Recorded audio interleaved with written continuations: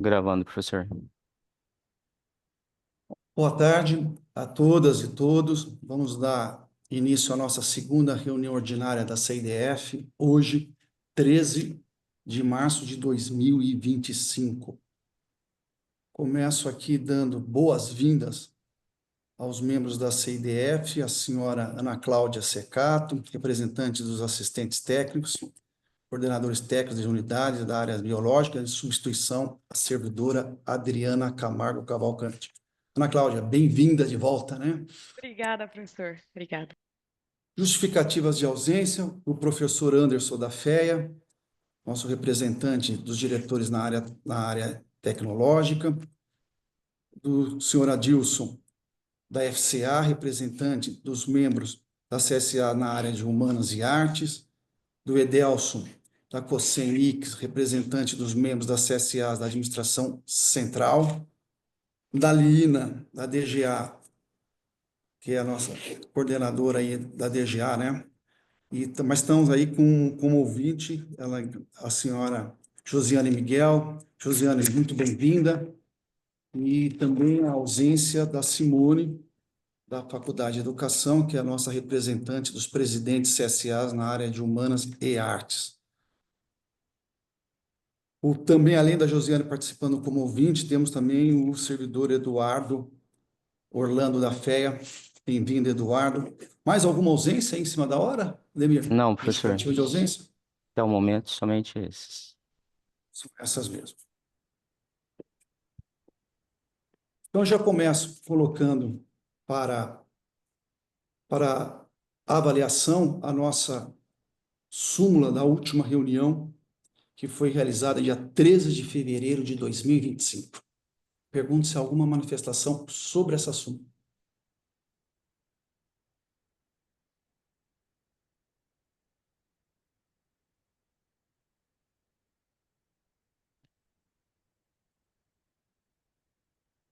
Não havendo manifestações, Demir, pode colocar em votação, por favor? Sim.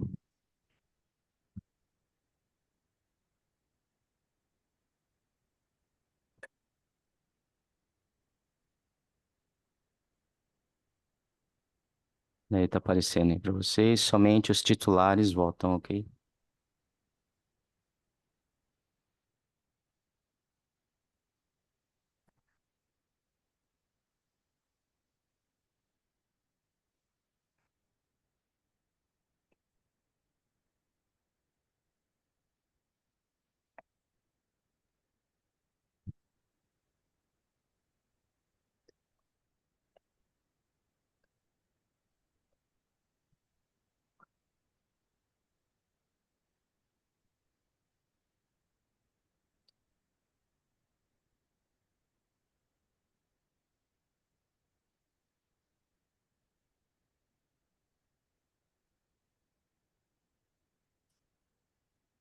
Professor, acredito que todos votaram. Foram 18 votos favoráveis e 3 abstenções, professor. Aprovado aí a nossa súmula. Bom, vindo para a ordem do dia, nós temos hoje 44 itens, né, para ser avaliados. Eu vou só fazer um esclarecimento aqui, uma proposta. Eu recebi, imagino que várias conselheiras e conselheiros receberam, uma solicitação de retirada de pauta do item 18. Eu queria apenas, inclusive, pedir encarecidamente aí a presença da Procuradoria-Geral para que a gente tome muito cuidado com os procedimentos utilizados na universidade. Primeiro que, quando a gente quiser fazer qualquer abaixo-assinado, e eles são absolutamente legítimos e utilizados na universidade, o melhor mecanismo não é o CIGAD. O CIGAD é um sistema onde a gente tramita questões institucionais, documentação institucionais. Um abaixo-assinado pode ser colhido de várias outras maneiras e depois encaminhado aqui, inclusive, para a secretaria, aqui para a CIDF. Tá? Em particular, me preocupou muito, e depois eu pedi para a doutora Lívia também esclareceu o fato, que, inclusive, que esse CICAD que circulou de forma aberta, trazendo informações sobre um servidor, né, informações pessoais, informações dele que claramente estão em conflito, né, com a Lei Geral de Proteção aos Dados e às Informações dos Indivíduos. Isso preocupa muito porque, né, essa é uma questão, acho que, muito cara para a universidade, para todos nós que somos servidores públicos, né? Então, agora, em respeito à demanda, sobretudo em respeito à preservação dessa CIDF e à preservação das pessoas envolvidas nessa história, eu vou sugerir a retirada de pauta. Retirada de pauta que não pressupõe, sob hipótese alguma, um pré-julgamento sobre o que está circulando dentro dessa manifestação, desse abaixo-assinado. É simplesmente para que todos nós possamos termos mais informações do que está ali colocado. E, sobretudo, esse alerta, que eu vou até passar a palavra para a doutora Lívia, sobre essa preocupação que qualquer instância da universidade deve ter, e é o caso da CIDF, né, de sempre preservarmos o sigilo, né, de qualquer coisa que seja, uma comissão processante, uma sindicância, de informações pessoais das pessoas, né, e o uso dessas informações. Tá? Doutora Lívia, por favor, a senhora poderia acrescentar? Boa tarde a todos, boa tarde, pessoal. Nós estamos de acordo, professor Sarti. Eu também, como membro da CIDF, recebi essa petição para ser assinada via CIGAD, até não tinha entendido do que se tratava o assunto e fui dar uma olhada, até porque os processos passam aqui pela Procuradoria, né? Me preocupou um pouco também o teor da divulgação, né, da forma como estava sendo feita, né? Então, eu acredito que deva, de fato, ser retirado de pauta, mas para a gente avaliar em que circunstâncias isso ocorreu, como ocorreu o acesso, como ocorreram os acessos, né, porque se trata de mais de um processo que envolvia o nome do servidor. A gente sabe que tem a lei de acesso à informação, que os processos de sindicância e processos disciplinares, depois de decididos, né, as decisões, elas são publicadas, inclusive, em diário oficial, né, não tem um sigilo sobre a decisão em si, mas aquilo que abriga dentro dos processos, a partir do momento que a gente tem conhecimento como servidor público do teor, nós não podemos fazer um mau uso da informação, principalmente quando ela envolve dados, né, relacionados à pessoa do servidor e a forma como dispor as situações. Para tudo tem, né, um caminho. Então, a gente precisa averiguar primeiro como essa situação ocorreu. Eu acho que o mais prudente neste momento é a retirada de pauta mesmo, para a gente avaliar isso, né, da forma como ocorreu isso via sistema também, né, e eu acho que eu nem sabia que tinha sido cadastrado como público, eu achei que tivesse tido até um outro cuidado como sigiloso, enfim. Nós precisamos avaliar, professor Sarti. Obrigado, doutora Lívia. Presidenta, Cidinha. Mais um acréscimo aí na sua colocação e da doutora Lívia, que é o uso do ofício, né, que está em desacordo com a Resolução 51 de 2023, onde só é possível o uso do ofício por vamos dizer assim, autoridades constituídas da universidade, e tem lá os objetivos para essa finalidade.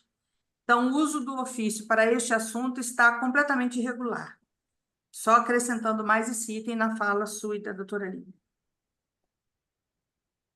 Obrigado, Cidinha. Então, eu já vou abrir. Mônica, por favor. Não, só para esclarecer, eu até escrevi para a Cidinha quando eu vi o ofício, eu acabei assinando porque eu achava que tinha que sair de pauta, né? Mas a questão é que esse processo deveria ser sigiloso totalmente. A palavra assédio sexual não deveria estar disponível. A Vivian dos Salles avisou o CIARC quando esse processo foi para lá, e isso não foi feito. Por quê? Porque ele foi aberto em outra instância. Eu não entendo de CIGAD, tá, gente? Eu só assino, olha, eu não sei mexer, se está público, eu não sei fazer nada. Mas a questão toda é que há uma questão de cultura dentro da universidade que precisa ser retomada, porque as pessoas estão colocando algo num repositório de uma forma que não é correta, porque desde que o processo entrou no SARS, ele correu sigiloso. Só que alguém abriu alguma coisa antes em que aparece essa palavra, tá? Eles não deveriam ter acesso a essa informação. E realmente, eu acho que tem que se proteger, até porque esse servidor pode, inclusive, entrar na justiça contra a Unicamp por essa informação estar pública, tá? Obrigado, Mônica. Bom, já que você tocou no assunto também, até completando, Mônica, nós temos as instâncias, né? Isso não cabe aqui à CIDF, nós temos as instâncias para tratarmos de assédio sexual, a SABS é uma delas, né? Dentro da DNH, nós temos uma instância dentro da própria DGH, o CRIAT, né? Cuidados, se eu errar o termo, você me corrige, Cidinho.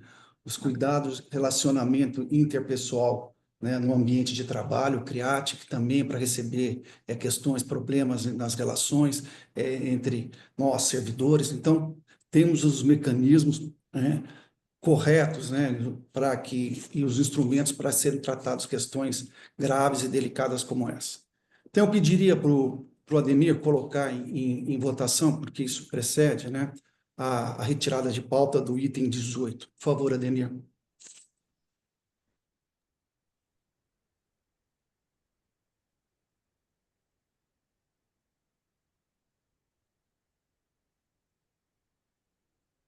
Vai aparecer para vocês como item retirado de pauta aí.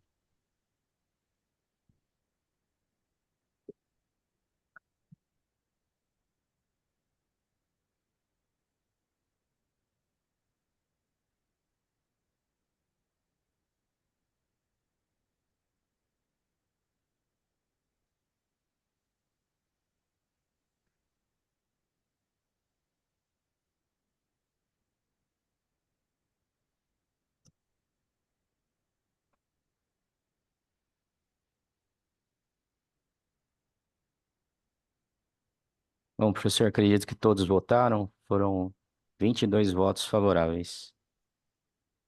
Então, retirada de pauta o item 18. E agora temos itens de 1 a 44, exceto o 18, que saiu de pauta. Nenhum deles está destacado, está certo, Ademir? Sim. Então, consulto se alguém quer algum destaque entre os itens de 1 a 44, exceto o 18.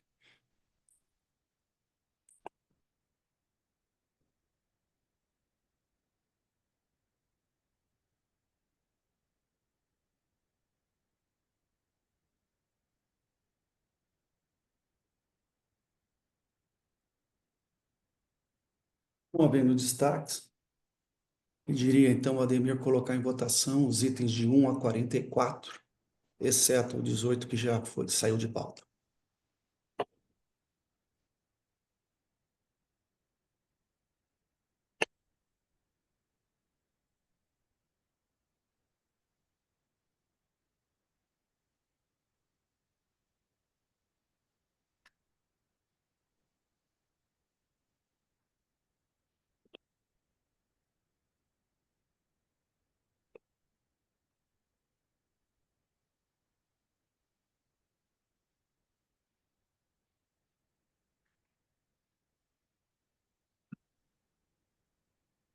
Bom, acredito que todos votaram, professor. Foram 20 votos favoráveis e 2 abstenções. Vencemos a ordem do dia. Já no expediente, devolvo a palavra ao Ademir, para que ele já aproveite para comentar aí as alterações das comissões setoriais de acompanhamento de recursos humanos, nossas CSAs. Ademir, por favor.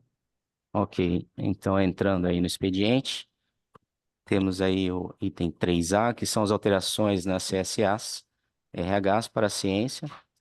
Iniciando pela CSA 59 da DAC, a indicação da senhora Arislane de Oliveira Estraioto como membro em substituição ao senhor João Paulo Moreto Pimenta.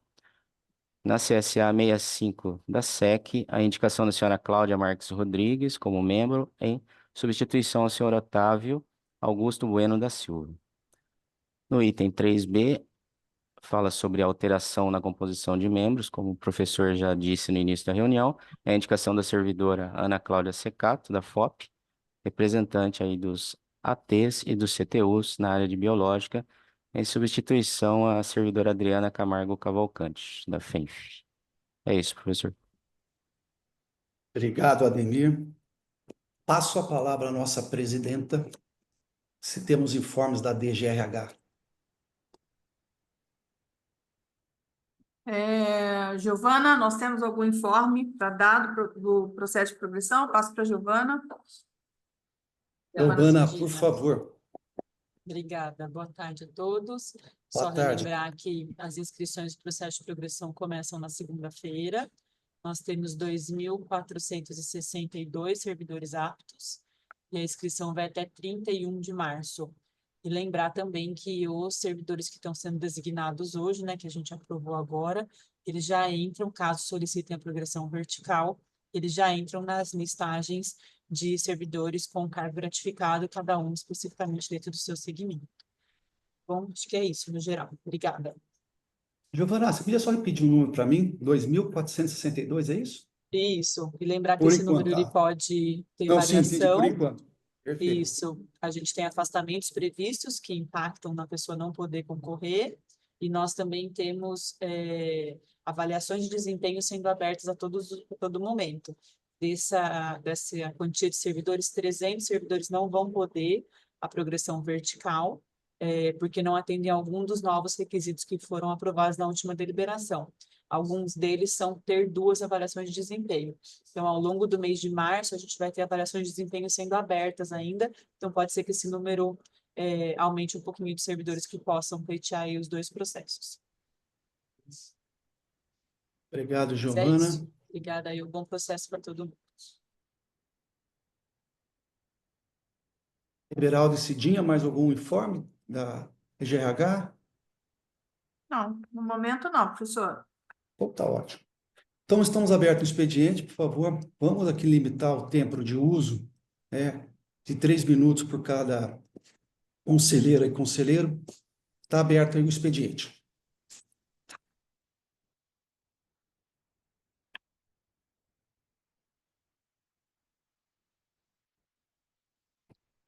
Por favor, Giovana.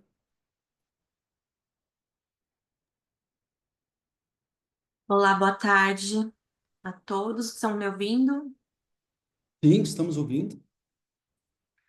Bom, eu gostaria de trazer alguns questionamentos e solicitar alguns esclarecimentos. Eu sou uma mulher branca, de baixa estatura, cabelos roxos, uso óculos e estou com headphone, camiseta preta listrada num escritório. Bom, são 3 pontos. Primeiro é o ponto eletrônico, que nós já questionamos em diversas reuniões, né, inclusive na última CIDF, sobre a implementação do novo sistema. O que mais está preocupando a categoria é que os aparelhos já foram instalados e também há notícias na imprensa sobre possíveis multas à universidade, mas até agora não houve um comunicado oficial sobre essa implementação, e a gente precisa aí de informações claras, né, de cronograma de implementação, novas regras, como que está o acordo coletivo com o sindicato para os trabalhadores CLT, como vai funcionar a flexibilização de horários de entrada, né, conforme estava previsto, dentro da jornada das 7 da manhã às 7 da noite, e também para os pais e mães que deixam filhos na DEDIC. Além disso, a gente segue sem resposta sobre a acessibilidade desses aparelhos para as pessoas com deficiência e se haverá flexibilização de horário para esse grupo. A legislação vigente garante esse direito, mas buscamos mais do que um mínimo legal, né? E sim uma política de inclusão que reconheça a diversidade, inclusive de pessoas com TDAH, síndrome de Tourette e outras condições.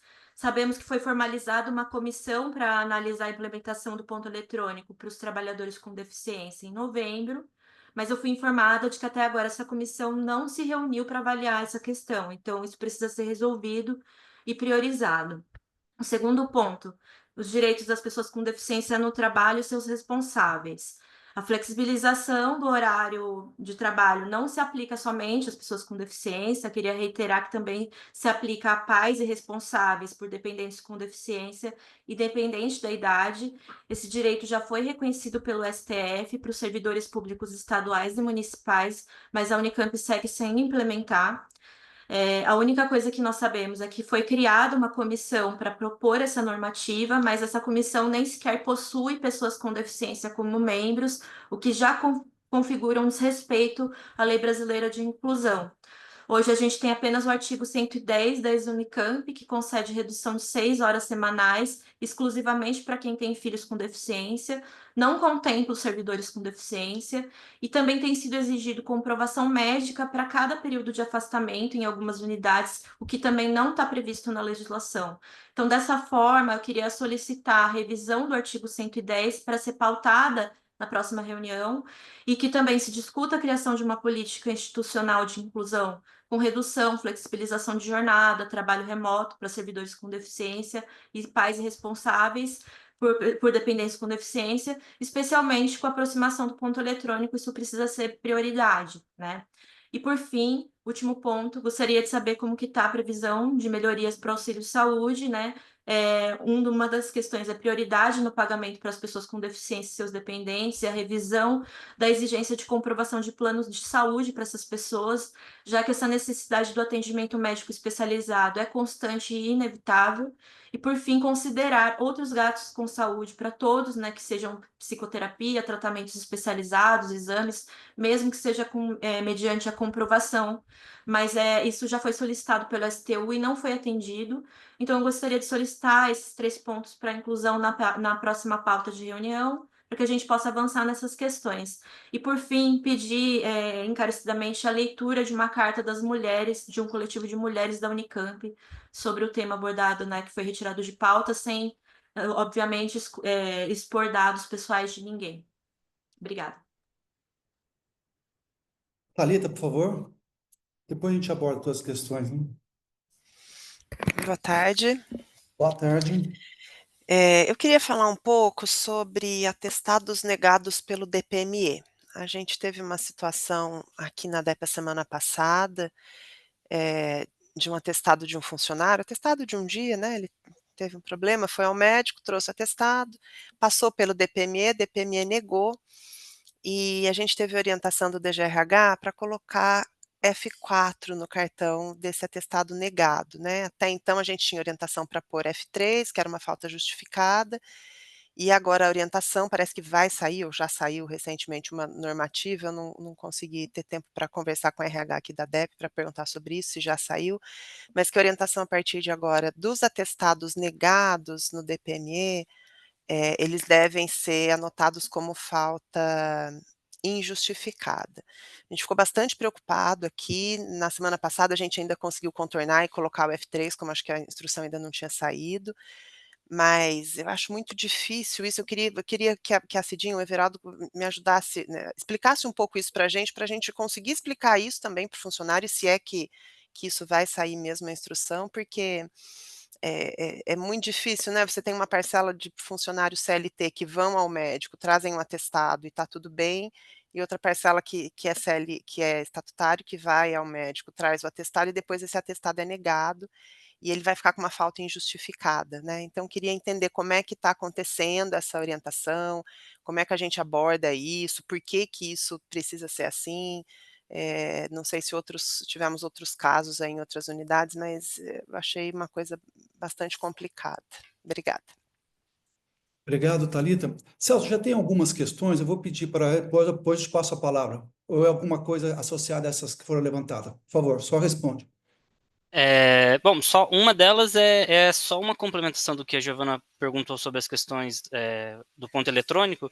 Eu também queria adicionar sobre como que está sendo feitas as regras de banco de horas, também, questão do Tá. ponto. Só isso. Obrigado, Celso. Imagina. Vou devolver aqui para Cidinha, DGRH. Cidinha.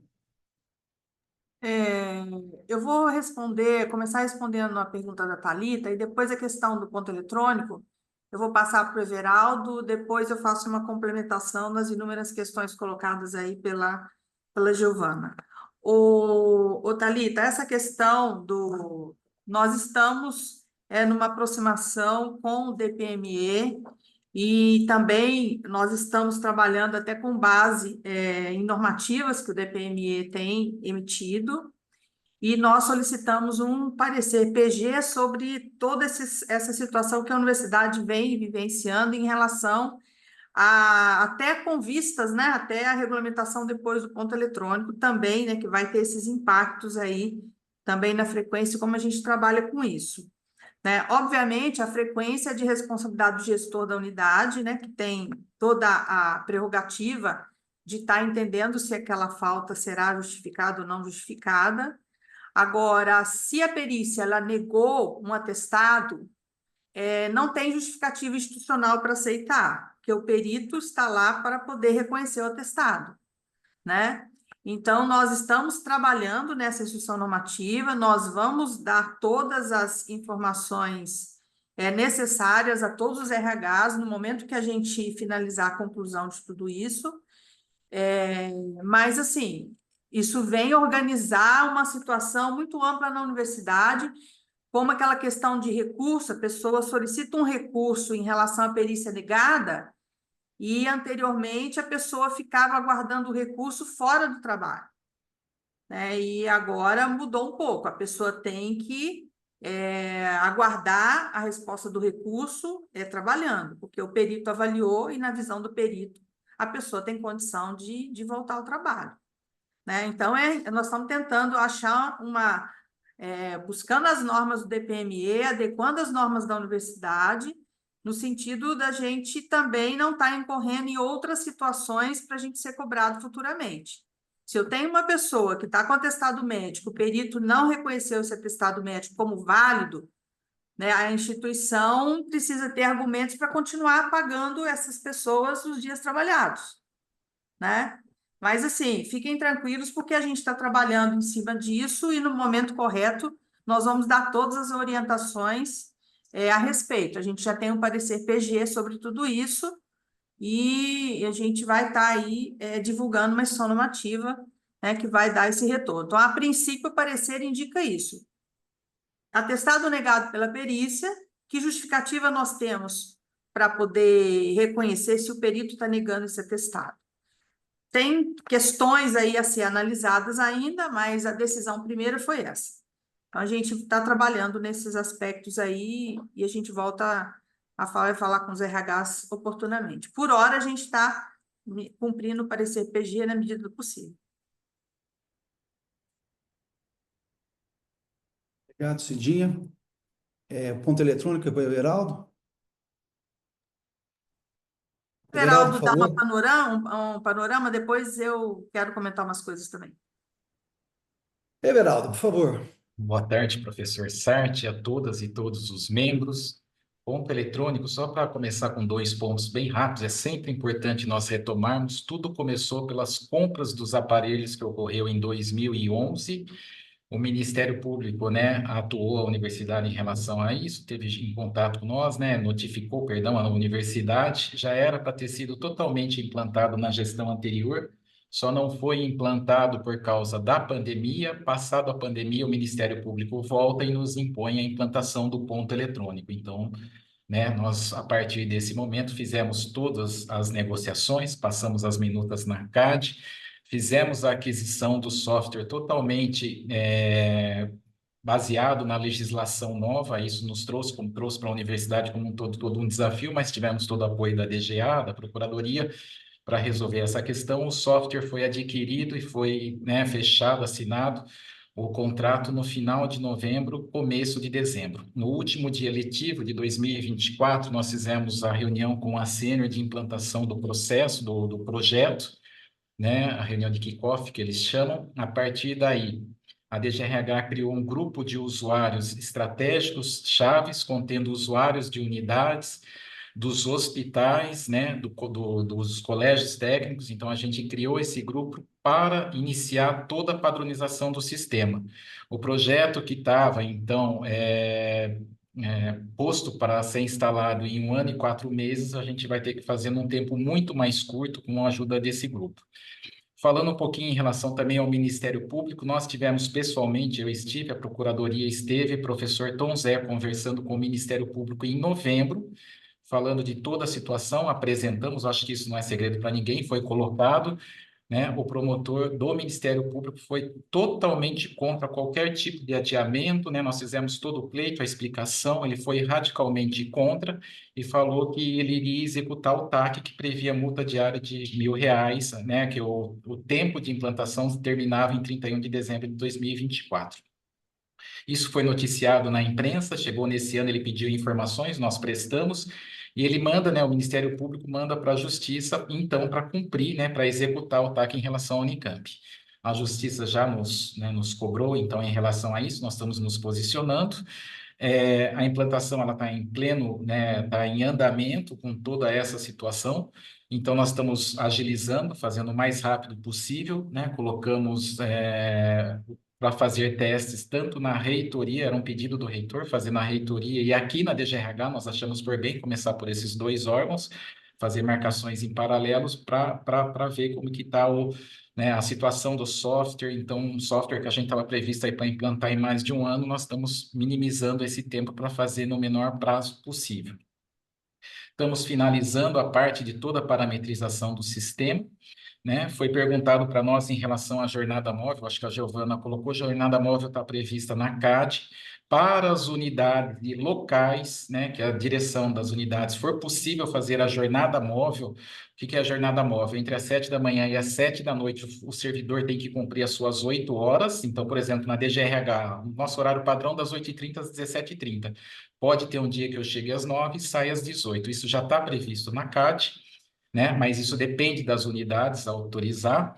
Sobre o acordo coletivo, nós fizemos mais de 3, acho que foram 4 reuniões com o STU, fizemos, né, apresentamos uma minuta de acordo coletivo. O STU, ele falou, olha, nós não vamos mais conversar sobre acordo coletivo, então houve uma retirada. A partir daí, nós estamos com uma minuta, né, uma proposta de acordo individual.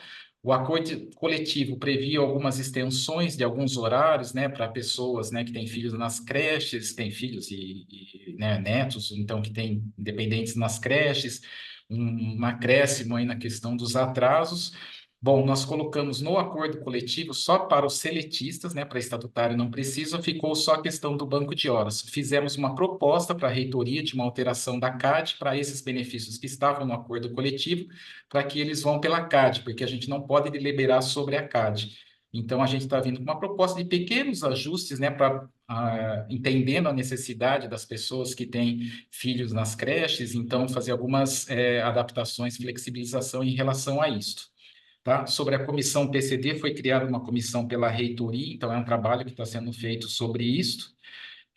Banco de horas também já está previsto na CAD para os estatutários, e como eu falei para vocês, então só fica faltando a parte para os seletistas, para aqueles que quiserem aderir, então daí assina o acordo individual, né? Esse acordo individual para que se adeque ao banco de horas.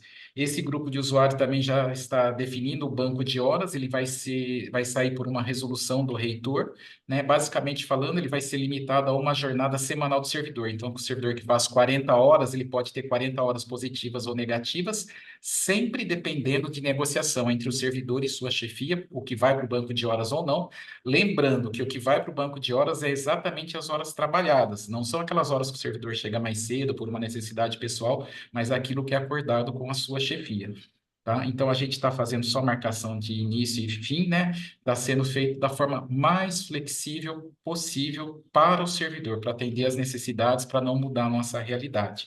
Já falei sobre isso também, a gente fez muitas implantações aqui que, às vezes, no início causam impacto, por exemplo, demonstrativo de pagamento, né? Quando nós deixamos de imprimir, ficou só na web, foi no começo muito impactante, e o ponto eletrônico ele vem da mesma forma. No começo parece que vai causar um impacto, mas aquilo vira a rotina, nós entendemos isso, né?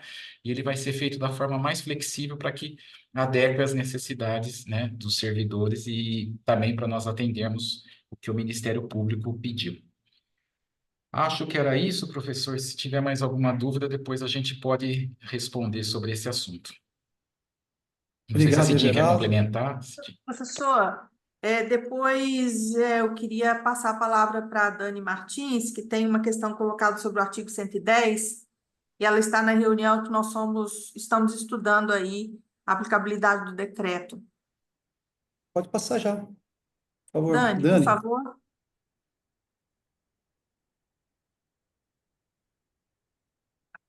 Oi, boa tarde, estão me ouvindo? Sim. Ah, então que bom. Bom, a Giovana fez alguns questionamentos, né, sobre a questão do estudo da redução de jornada para os servidores PCDs e que têm filhos PCDs. Ela também perguntou alguma coisa sobre a revisão do artigo 110, então vou tentar falar um pouquinho em bloco, porque uma coisa puxa a outra, né? A gente tem um comitê executivo na DGRH que avalia todas as questões de PCD que os nossos processos, né, da DGRH precisam cuidar, e esse grupo já está estudando, a gente está em fase de elaboração da proposta de redução de jornada que existe, né, na lei do Estado, foi publicada no ano passado, e a gente está desdobrando isso para a universidade.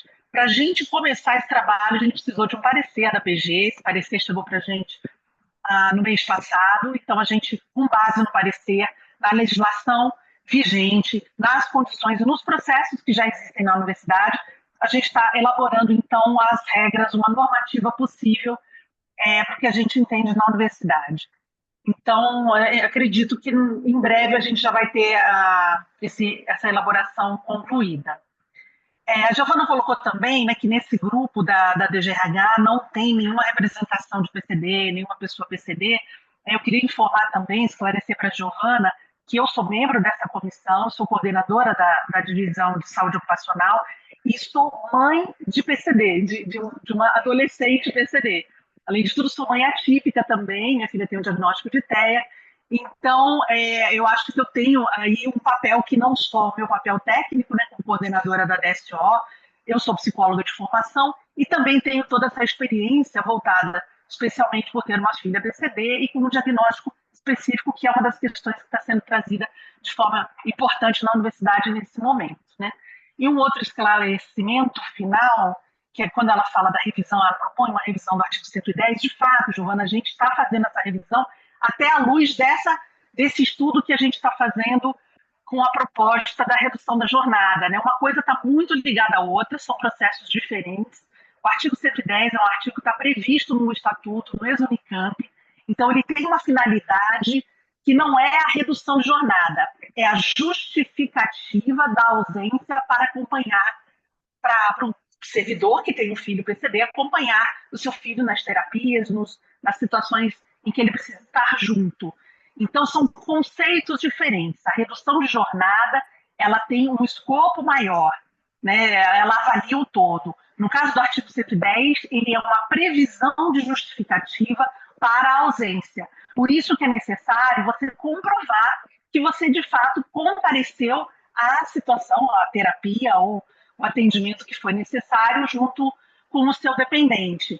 É isso que justifica. O artigo 110, ele te dá o direito de ter essa justificativa de uma forma mais simples, mas, de qualquer forma, ele precisa ser comprovado. Mas, como isso está muito atrelado a tudo que a gente está revendo por conta da redução de jornada, a gente já está propondo uma revisão de alguns aspectos do fluxo e do procedimento para a concessão do artigo 110, de forma a contemplar todas essas necessidades que os pais, né, os servidores pais de filhos PCDs, e agora também os servidores PCDs têm, por conta do que a legislação está prevendo. Então, acho que tentei esclarecer os principais pontos. E acho que tem também mais uma pergunta da Thalita, falando dos atestados negados, né? A Cidinha já explicou. Eu só queria reforçar que a Cidinha colocou bem claro, né, que a gente está numa parceria muito próxima mesmo com o DPME, em relação até a essa grande mudança de normativa que teve. Ela foi uma mudança de normativa publicada no finalzinho de dezembro, então pegou todo mundo meio de surpresa. A gente tem várias situações acontecendo, né, em que há negativa, o indeferimento do afastamento pelo DPME, e a gente está orientando, então, os RHs a fazerem a aplicação adequada do registro de frequência, como está previsto na norma. Temos o parecer da PG também, que saiu esclarecendo, orientando muito bem o contexto todo. E, em breve, acho que na semana que vem, a gente vai ter uma reunião de RH em rede, com vários assuntos da DGRH, e um deles é justamente para a gente orientar de forma mais adequada toda a questão de perícias, de agendamento de perícias e dessas situações específicas de aplicação de falta, para todos os RHs da universidade. Então, eu acho que é isso. Se tiver alguma dúvida, estou à disposição. Obrigado, Daniela. Deixa eu consultar se o Luiz Carlos está na reunião. Luiz Carlos, GBS. Luiz? Senhor convidado. Sim, professor. Luiz, se você puder trazer esclarecimentos sobre o auxílio saúde, que também foi levantado aqui.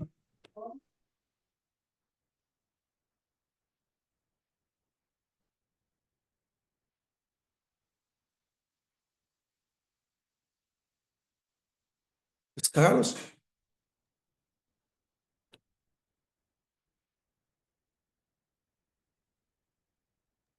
Respondeu no chat, professor. Isso aí, falou que não está conseguindo, está com problema no som, professor. Professor, se ele não conseguir, se eu quiser que eu coloque alguma situação, mas vamos aguardar o Luiz Carlos. Consegui. Agora consegui. Ah, Obrigado. ok. Agora sim. Luiz, por favor.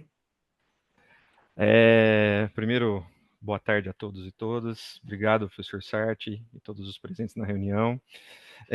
Com relação a a solicitação da Giovana, hoje nós fizemos uma reunião com as entidades, né? Isso foi colocado lá em dezembro, né, da necessidade já de fazer, logo após a aprovação, a necessidade de fazer algumas melhorias, né, dentro do nosso auxílio saúde. Então, eu gostaria só de retomar que isso foi acordado que nós receberíamos em março as entidades. Então, as entidades foram recebidas hoje, conversamos, e aí ficou acordado que nós iremos avançar em alguns pontos, conversar e receber as solicitações das entidades para discussão. Mas o importante é que nós façamos alguns estudos iniciais. Né? Então, isso nós vamos ofertar, né, alguns dados, principalmente porque com essa implantação que foi feita de fato em fevereiro, nós temos aí 2 pagamentos, né, mensais, além dos que a gente fez em folha complementar. Então, a gente ainda tem muita demanda, né, numa equipe pequena como a do GBS, mas que tem dado uma resposta bastante substancial à maioria dos nossos servidores. Então, de alguma maneira, a gente quer avançar e a gente tem esse compromisso de avanço, né, nesse benefício novo, né? Claro que nós temos uma questão técnica e jurídica que precisa ser avaliada, né? Então, quando é exposto alguma solicitação pelas entidades, a gente submete a PG, né? Como foi também a criação do regramento desse auxílio e dos outros também que a gente tem, mas o principal é que nesse momento a gente vai se reunir mais vezes com os órgãos para entender quais são as demandas de fato, a partir dos dados que a gente tem. Né? Então hoje nós temos por volta de 7.583 contemplados com o auxílio saúde, então estamos perto aí de quase totalidade, né? São 8.500 servidores, e nós já investimos 9.300 milhões, 9.300.000 reais desde janeiro, né, no pagamento dos servidores, né, solicitantes e com aprovação do auxílio. Aproveitando, eu queria só deixar 2 informações rápidas. No dia 14 agora nós tivemos umas questões de divergência de valores, mas vamos efetuar a correção e vamos pagar. Então amanhã nós já vamos pagar, deve ter já na folha complementar isso para as pessoas. E no dia 20/3, aquelas solicitações que vieram fora do prazo, após dia 20/2, que era um dos cronogramas, então as pessoas que tiveram aprovações entre 20/2 e 12/3, até 12/3, serão contempladas também com o pagamento retroativo. É sempre importante dizer isso, a gente sempre frisa, porque isso está na legislação, mas nós temos a retroatividade do benefício assim que as pessoas tiverem as suas solicitações aprovadas. Não sei, professor, se cheguei a responder efetivamente, mas é só para esclarecer que no radar aqui do GGBS, junto com as entidades que nós estamos bem próximos, nós já também queremos buscar uma evolução futura do benefício. Obrigado. Obrigado, Luiz. Eu acho que foram as primeiras rodadas de questões. Vamos Passar aí para a Ana Lira, os que ainda não se manifestaram. Ana Lira, por favor. Boa tarde, professor Sartre, boa tarde a todos. Estou querendo colocar a questão do banco de horas. Na área da saúde, é uma constante isso, né? Porque assim, tem falta, o funcionário tem que vir cobrir. Minha dúvida é com o ponto eletrônico, esse banco de horas que está sendo utilizado hoje, né? Não é uma coisa assim, formal, mas existe gerenciamento pela própria chefia de horas de funcionário, tanto a mais quanto a menos. Entrando no ponto eletrônico, como que vai ser feito o saldo desse banco de horas? Tem, assim, na parte prática, não tem como zerar isso para começar o ponto eletrônico, que é uma constante, né? A falta de servidor, a necessidade de cobrir plantões. Então, se tem já em vista como que vai ser trabalhado essas horas, tanto a mais positivas quanto negativas. Ana, acho que está bloqueando um pouco. Pelo menos para mim, não sei se para todos. Não deu para ouvir? Se você pudesse retomar o...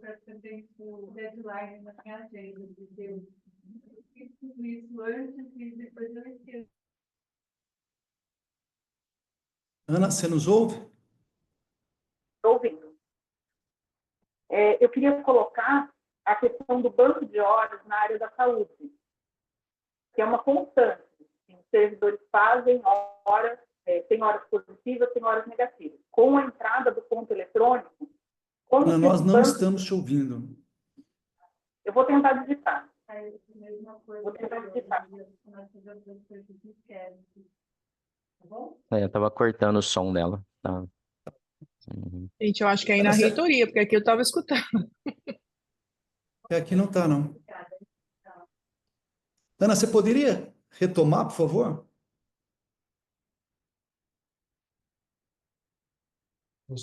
Ela disse que ia escrever no chat. Ela ia colocar no chat. Ela estava preocupada com o banco de horas da área de saúde, chat. Não, esse começo nós pegamos, depois ele começou a bloquear. Eu vou tentar falar novamente, para ver se vai. Por favor, Ana.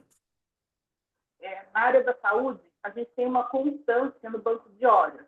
Pela ausência de funcionários, a gente tem tanto banco negativo quanto positivo, que é gerenciado por cada chefia de setor. E eu queria saber, com a entrada do banco de horas, do ponto eletrônico, como que fica esse banco de horas? Vai ser paga essas horas positivas para os funcionários? Vai ser descontado quem está negativo? Porque, assim, não dá assim. Vai começar dia 2 de abril, começa o ponto eletrônico. Daí, vamos zerar essas horas todas. Não tem como efetivamente fazer para zerar, tanto para o negativo quanto para o positivo. Por exemplo, o funcionário tirando folga ou vindo cobrir para gerenciar com o trabalho. Como vai ser? Vai ter alguma coisa do DZRH, alguma coisa? Como vai ser gerenciada essas horas? Obrigado, Ana. Já quer responder sobre o banco de horas aí, Cidinha? Everaldo. Everaldo, desculpa, vamos lá. Professor, nós, no nosso grupo tem gente da área de saúde, né, usuários da área de saúde, mas tem alguns assuntos que até nos arrepiam. Férias de gaveta, banco de horas, não existe regulamentação na universidade para fazer isso até o momento, né? Nós não podemos reconhecer uma coisa que ela não existe de fato. Então, assim, o que acontece, se existe alguma coisa, a partir do momento que o reitor soltar a resolução de banco de horas, que nós entenderemos aquilo como banco de horas. Acordos que são feitos diretamente com a chefia, acordos que não têm, né, um registro formal, então a gente vai pedir nós já orientamos, né, até os nossos usuários da saúde, para que se converse direto com a chefia, para que se resolva. A universidade vai entender o banco de horas a partir da regulamentação do reitor, né, quando sair a legislação sobre isso, mas eu entendi, Ana, e a gente, né, que pode ser que haja um acordo interno, coisas desse tipo. Então, a gente recomenda que converse com sua chefia sobre isto, né, para que se resolva. O banco de horas será iniciado a partir da resolução e da implantação do ponto, mas eu entendi sua colocação, né, então eu só peço que vocês conversem, né, na própria unidade, converse com sua chefia, para que isso seja resolvido, porque não é um assunto regulamentado pela universidade, então fica até difícil de nós nos manifestarmos sobre isso. Isso desculpa interrompendo, mas assim, é uma coisa que gera um questionamento grande de todos os funcionários, de todos os servidores, porque assim, assim, eu estou com tantas horas positivas no banco, né, de horas, como que vai ficar vindo ponto? Então, assim, na prática, na legislação, não existe esse banco de horas, então não existem essas horas. Então, assim, é uma coisa que está gerando uma dúvida mais ou menos entre os funcionários. E a gente não tem essa resposta, né? Entendi. Mas essa prática a gente pede mesmo, né, que resolva junto com a chefia. O banco de horas será entendido a partir do momento da resolução do reitor, quando ela sair, né, e quando iniciar a implantação efetiva. Obrigado, Everaldo. Eu vou passar primeiro para a Gisele, que ainda não se manifestou. Depois, Celso, você tinha mais uma questão, né, Celso? Você tinha colocado só uma e depois já temos inscrições repetidas. Por favor, Gisele. Obrigada, professor. Está todo mundo me ouvindo bem? Eu ouço, Gisele. Então tá bom. Na verdade, eu queria só aproveitar que levantou essa questão do ponto eletrônico e tirar uma dúvida, também aproveitando a presença da Lívia, né, da PG, da doutora Lívia, que quando eu estava lendo, né, a regulamentação que a universidade soltou em relação ao ponto eletrônico, eu fiquei com uma dúvida no parágrafo 1º do artigo 5º, que eu vou ler aqui. Fala assim: não se aplica o constante.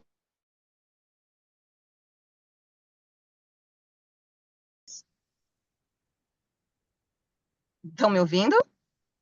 Travou. Tinha travado sua fala. Ah,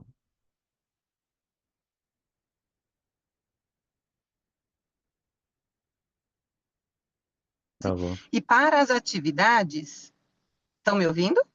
Tá travando aí com Tá vocês, viu? travando a Para conexão nós na tá internet. normal. Aqui apareceu a mensagem: conexão com a internet instável. Deve ser aí, viu? Porque aqui para mim tá normal. Pode ser. DGRH está chegando, está tranquilo na DGRH para a questão? Não estamos ouvindo a mensagem dela, não. Parou só. Agora parece que voltou, Gisele, por favor. Voltou? Tá.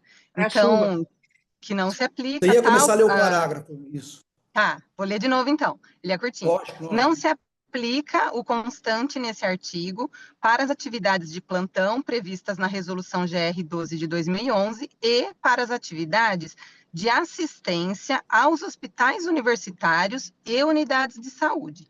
Eu gostaria, eu não sei se eu não entendi, né, se meu entendimento está errado, mas quando esse parágrafo fala que as atividades assistenciais aos hospitais universitários ficarão de fora do ponto eletrônico, não envolve praticamente todas as áreas assistenciais, por exemplo, que existem dentro do HC? Ou eu estou entendendo errado?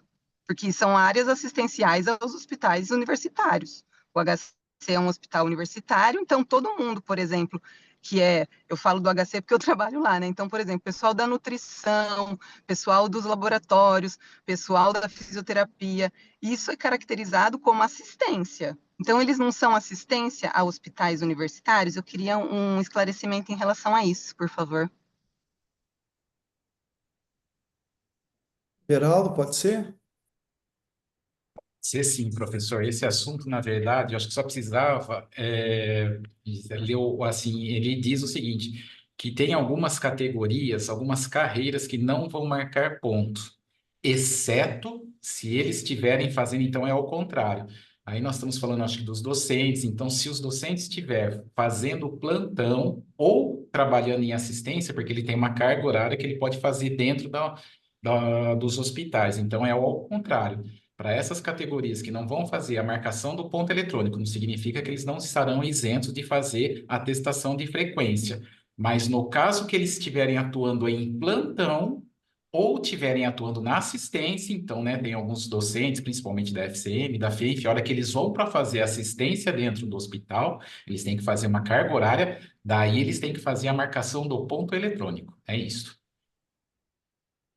Entendi, Everaldo. Beleza, obrigada, viu? Tá bom, imagino. Não sei se a doutora Lívia quer complementar, mas acho que não precisa, né? É isso sim, Everaldo. Lívia, por favor, doutora Lívia. É isso sim, professor. É isso que o Everaldo explicou, é o contrário. tá bom? Eles não marcam ponto, mas naquela atividade da assistência, sim, tá? Celso, por favor.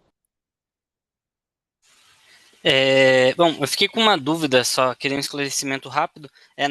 Então, quando um atestado é negado pelo DPME, vai ser necessário colocar um F4, ou se a pessoa, por exemplo, tiver um F2, um C6, um F1, ela pode utilizar esse código, né?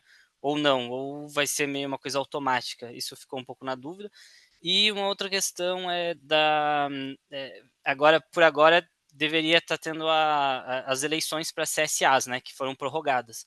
Essa informação de que foi prorrogada, foi soltada alguma informação, algum e-mail, alguma nota sobre isso? Porque senão cabe às CSAs informarem né, aos funcionários e diretores dos institutos que elas têm o seu mandato prorrogado, né? Eu acho que seria interessante que isso viesse, né, de alguma mensagem da própria CIDF, né, ou para a direção ou para o RH dos institutos compartilhar essa informação, e não que a própria CSA informe que ela está prorrogando o seu mandato. Acho que fica um pouquinho estranho.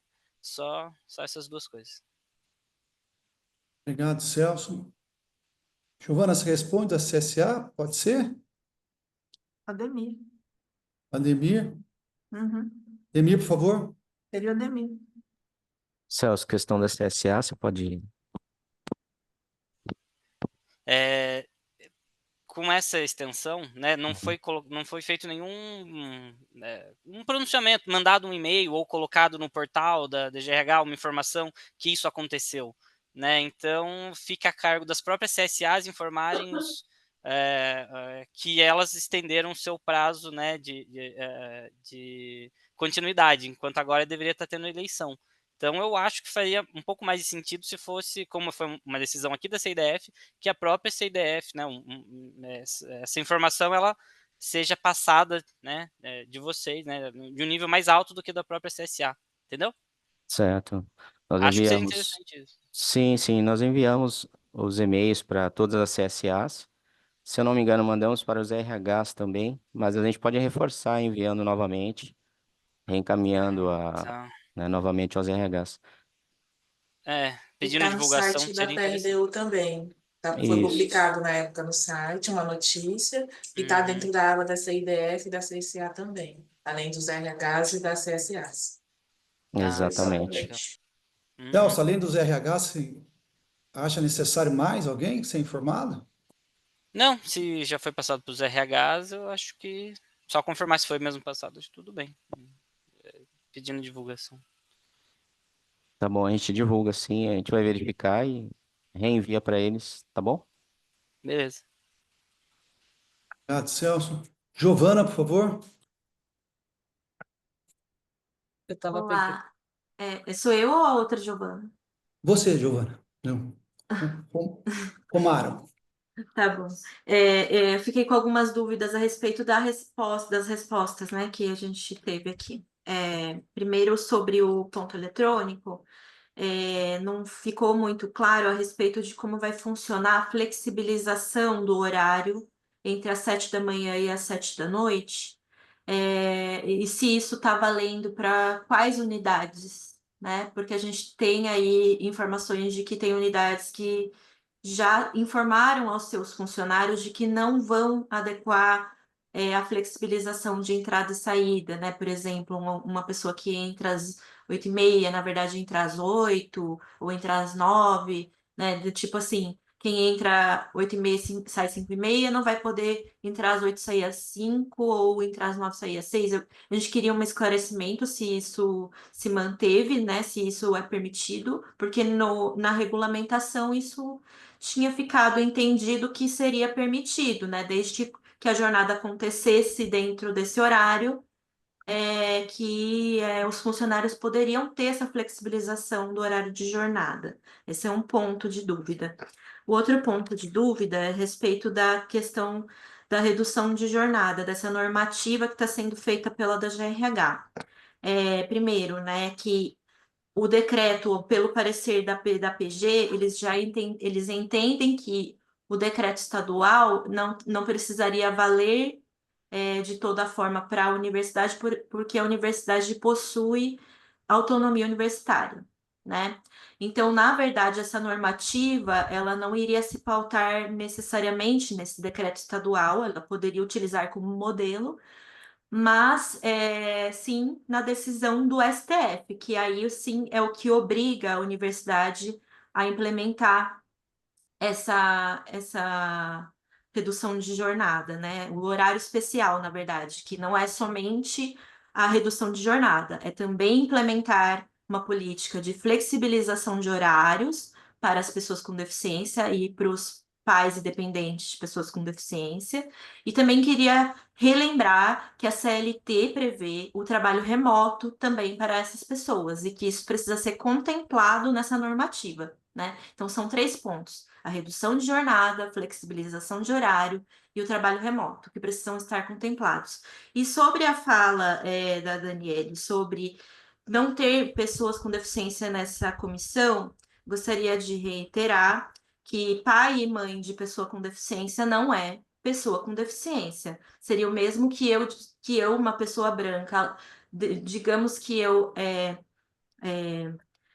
adote uma criança negra e eu queira falar por essa criança negra, dizendo que eu tenho como falar por ela. Não é a verdade. Eu não sou a pessoa negra, não posso falar por uma pessoa negra, da mesma maneira, uma pessoa que não tem deficiência não pode falar por uma pessoa com deficiência, né? Isso precisa ficar muito claro.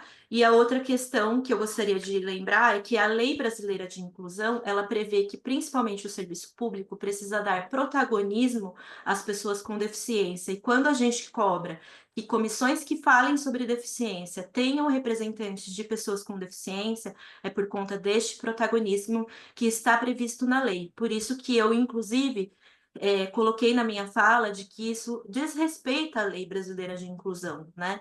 E nós gostaríamos de lembrar que o lema das pessoas com deficiência é nada sobre nós sem nós. Obrigada. Obrigada, Giovana. Depois eu passo já para lá, vamos colher mais algumas informações da Mônica. Você já quer responder, presidenta, antes da professora Mônica? Não? Melhor, porque o meu assunto é completamente não relacionado, site. Então, como a Daniela Deixa a foi presidenta citada, falar. presidenta, Ô, professor, o que eu quero falar para a Giovana é que vários assuntos que ela está colocando, a gente ainda está em fase de estudo e avaliação para a gente poder implementar. E um dos desafios que a gente tem é da gente aproximar ou entender a lei de inclusão, né, todas as iniciativas da universidade de inclusão, e depois essas possibilidades, né, de, vamos dizer assim, de buscar essas outras solicitações advindas, né, a partir da inclusão. Então, é um desafio enorme, né, e que a DGRH está colocando esforço nisso dentro, né, das suas competências e amparada pela Procuradoria-Geral. Então, não é uma coisa que se termina, né, da noite para o dia, a gente está fazendo todo o trabalho, estamos estudando em relação a isso. Tá bom? Mas é para dizer assim, nós estamos em movimento. obrigado, Cidinha. Professora Mônica. Oi, espero encerrar a reunião. Não tem mais gente, a Cidinha está levantando. Não, eu só queria aproveitar a ocasião aqui que o Luiz Carlos, o Luiz do Jujubé está aí, para deixar um agradecimento muito, muito, muito especial para ele, para a equipe dele, principalmente a Patrícia. Nós tivemos um programa muito sério com uma servidora aqui no IF, que ele acolheu prontamente. Eu liguei para ele no domingo à noite, na segunda de manhã, a Patrícia, que entraria em férias, não entrou em férias, para poder atender o caso que aconteceu no fim de semana. Então, eu só queria dizer que, assim, de todas as formas, foi uma atuação realmente que não tem como descrever o que é estar numa situação emergencial, querendo ajudar uma pessoa, e num domingo à noite não tendo como falar, escrever para o Luiz responde, daqui a pouco eu já põe, já coloco em contato com a Patrícia, 8h30 da manhã eu estou falando com a Patrícia. Então, eu queria deixar registrado aqui o meu apreço pelo atendimento e pelo acolhimento que eles tiveram com uma servidora aqui do Instituto Físico. É só isso. Obrigada. Mônica. Bom. Cidinha, você está com a mão levantada? Professor, Pois não, posso? Everaldo. Eu acho que Por ficou favor. faltando uma resposta para o Celso. Ele pergunta se pode ser trocado o F4 naqueles casos por F2 por outra opção, tá? Só lembrando que o F2 é sempre combinado entre o servidor e a chefia. Ele pode fazer essa conversão desde que haja um acordo com a sua chefia dele, com a chefia. Então, isso tem que ser conversado. Tá? A princípio, vai o F4. Se ele tiver uma outra opção e ele desejar e a chefia concordar, tem que ser feito este acordo nessa situação, só para colocar isso. A Giovana colocou sobre horário flexível, né? Isso depende, está muito claro na CAD 10 de 2023, tem no parágrafo 3º do artigo 1º. A unidade que vai propor, então não é a DGRH, não é a reitoria, fica a critério da unidade. Então, aqui no caso, vai ser a CIDIM que vai falar assim, olha, a área de pagamento da DGRH pode ter horário flexível porque só faz serviço interno, não tem um atendimento. Então, a chefia faz a proposta da área e isso chega para a DGRH para ter a questão do horário flexível. Não está pré-definido. E lá diz que a atribuição do horário de funcionamento é sempre da direção da unidade. O artigo 1º deixa bem claro, tá, Giovana? E no 3º especifica isso. Então, nós não sabemos ainda quem vai ser ou não, só para deixar claro. Eu não sei se ficou mais alguma dúvida, mas eu acho que era isso, só para complementar, professor. Obrigado, Everaldo. Marcelo, vai. Oi, boa tarde. Me ouvem? Tranquilo? Tá. Bom, provavelmente essa é a última reunião da CIDF da qual eu participo nesta gestão.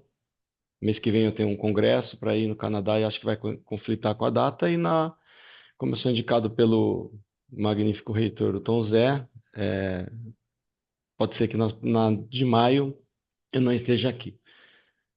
Acho que eu contribuí da forma que eu pude, em tantos anos que eu já estou aqui, tanto como CIDF quanto CRH. Acho que é o momento de eu também seguir, deixar o espaço para outra pessoa e espero que o próximo reitor escolha outra pessoa para fazer parte e que possa fazer a representação aqui de forma adequada.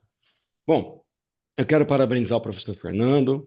Ele presidiu a CIDF de forma magistral, a meu ver, durante esses anos, com muito senso democrático, um alto grau de humanismo. Eu conheço há alguns anos, sei o quão democrático e principalmente humano ele é, e também quero aqui trazer assim, um elogio à seriedade e profissionalismo com o qual ele toca esse colegiado. Gerir recursos humanos é gerir vidas, né?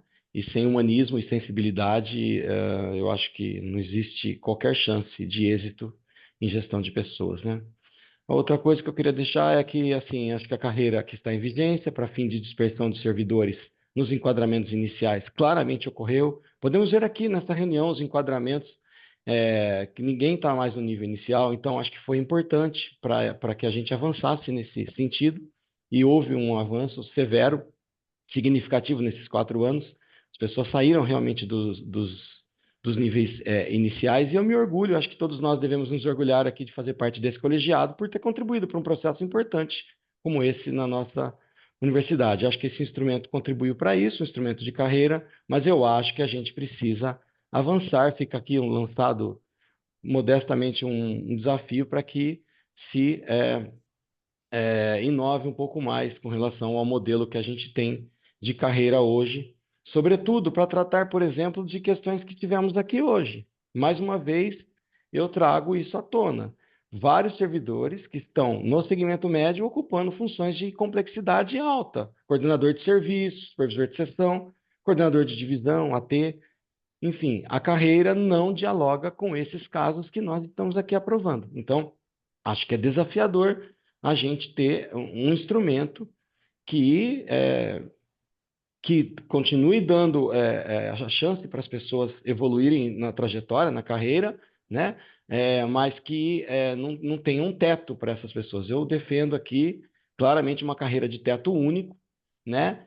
Sem segmentação apenas e tão somente no ingresso, na trajetória não ter mais segmentação, exatamente para dialogar com o que a gente está fazendo aqui.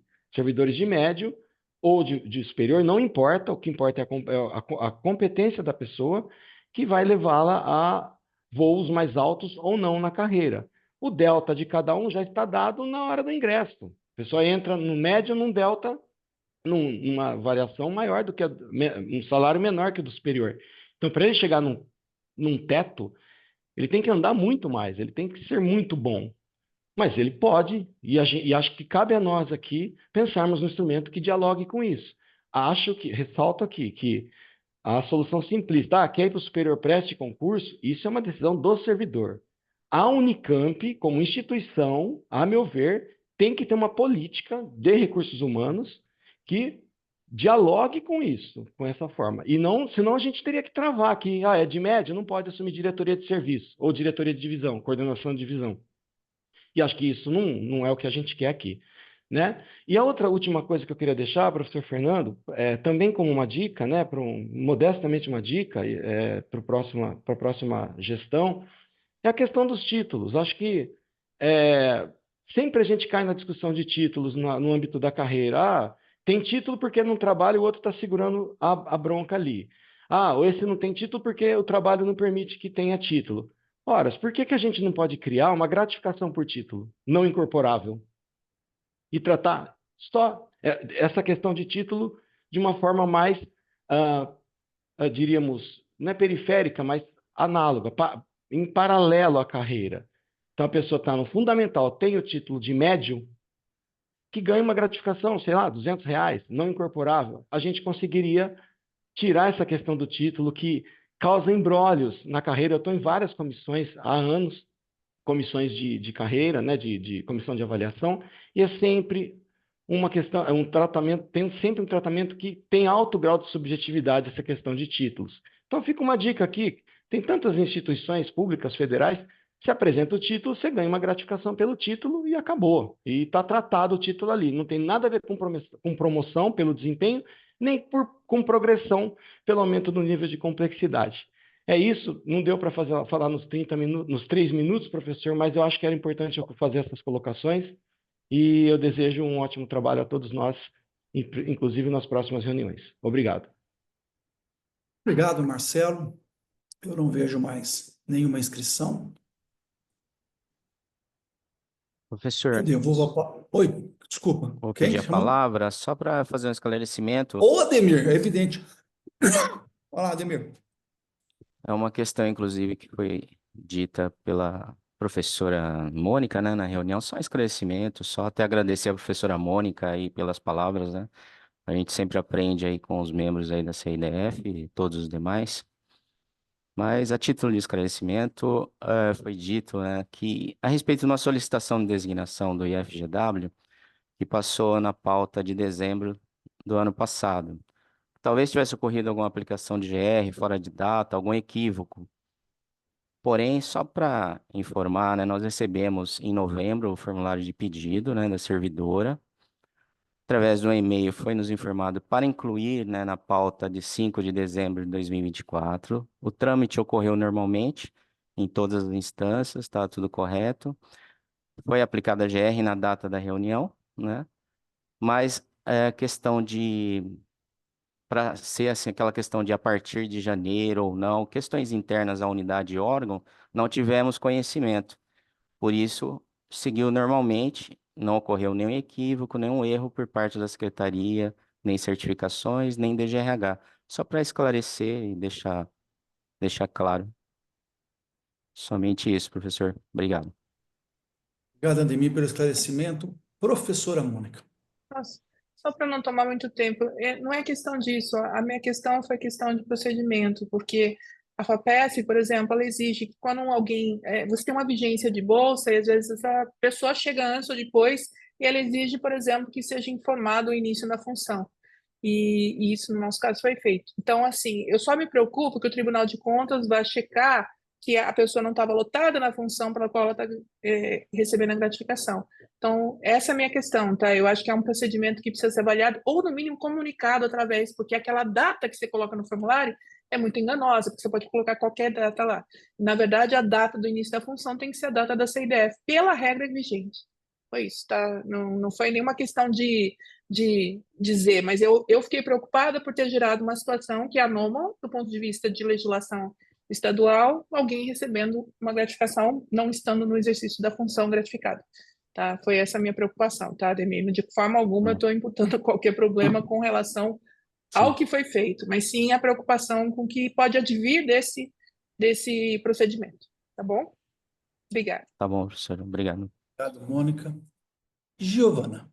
Eu só ia completar, só para ficar claro, professor, o que a gente observou foi uma diferença nos documentos que foram encaminhados, porque o documento de dezembro não mencionava que a pessoa só ia assumir depois, né? Eu concordo que a data poderia estar fixa já da reunião, mas o documento de fevereiro deixava claro que ela ia assumir em março, por isso a gente teve esse cuidado de retirar de pauta e colocar na próxima. Então, o procedimento nosso foi diferente porque as informações que chegaram até nós para análise na pré-pauta foi diferente, então é por isso que a gente quis trazer isso de volta aqui para deixar claro também.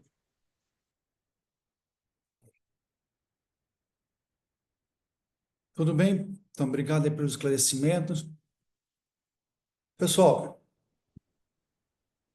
queria agradecer então a presença de todas e todos. Até a nossa... A Por favor, Giovana Giovana. levantou. Não, é só para lembrar que eu havia solicitado a permissão para a leitura da carta da Coletivo de Mulheres da Unicamp, só lembrando que não tem nenhum conteúdo específico e nem expondo nenhuma pessoa. É só uma leitura de um movimento que foi feito por essas mulheres pedindo para ter essa leitura dessa carta na CIDF. É uma carta aberta que já vai ser publicada de qualquer maneira, mas elas pediram a leitura dessa carta e eu reitero meu compromisso de que não expõe nenhum caso específico e nem expõe nenhum servidor ou servidora. Ana, eu entendo a tua preocupação, entendo a demanda aí do coletivo. Eu preferia, e acho que é o mais correto essa hora, a gente se compromete aqui de enviar para todas as conselheiras e conselheiros a carta. Eu não posso abrir uma exceção de abrir uma carta, porque no caso, você já até antecipou um pouco o conteúdo, que não teria nenhum problema, mas como qualquer outro, poderia de repente trazer aqui uma carta que não é conveniente, tá? Então, eu preferia que a gente encaminhasse isso. Tema aqui, nós temos todos os contatos de todos os conselheiros e conselheiras, você encaminha para o Ademir e a gente envia assim que terminar a reunião, pode ser? Tá certo, então a gente faz dessa Esse é o forma. melhor Eu encaminho a procedimento. carta para ele e aí essa carta pode ser disponibilizada para os membros da CIDF e Exatamente. para os conselheiros. Muito obrigada. Obrigado a você, Giovana. Então, havendo mais uma manifestação, novamente me despeço, agradecer a presença de todas e todos, até a nossa próxima CIDF, que é no dia, Ademir? 10 de abril, professor. 10 de abril. Ainda estarei aqui. Até 10 de abril, gente. Tchau, gente. Boa tarde. Tchau, boa tarde. Boa tarde. Tchau, tchau. Tchau, tchau. Boa Tchau, tchau. tarde. Boa tarde a todos. Boa tarde.